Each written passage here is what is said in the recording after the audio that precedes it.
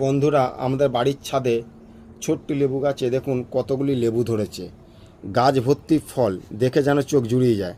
গাছে যতগুলি পাতা আছে ঠিক ততগুলি লেবু ধরেছে এবং লেবুগুলির আকৃতিও অনেক বড় এবং দারুণ মিষ্টি এই লেবুগুলি।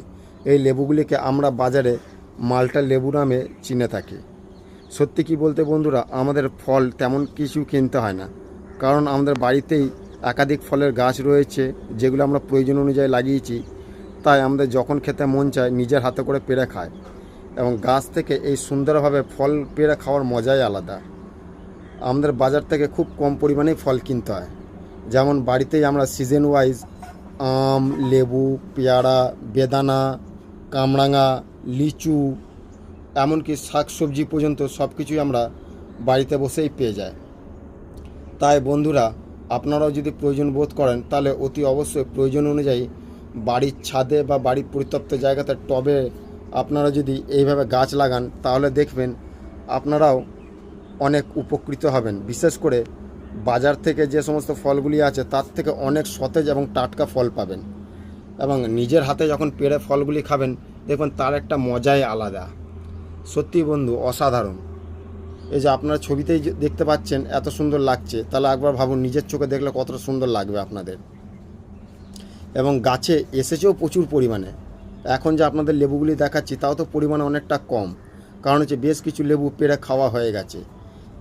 অর্থাৎ যে লেবুগুলো একে একে করে পাচ্ছে সেই লেবুগুলো দেখে দেখে পারছি, প্রয়োজন অনুযায়ী যখন মনে হচ্ছে তখনই লেবুগুলিকে পারছি।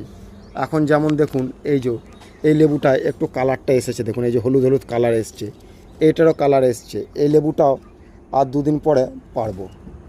লেবুগুলি আকার দেখুন বন্ধুরা কত বড়, দেখুন এক মুঠে এক একটা লেবু আসছে। তাহলে তো বুঝতেই পাচ্ছেন কী পরিমাণে লেবুটা ধরেছে গাছে। এবং গাছটাও দেখুন একেবারে ছোট্ট গাছ, একটা বাচ্চা ছিল হামাগুড়ি দিয়ে পেড়ে নেবে লেবুটাকে।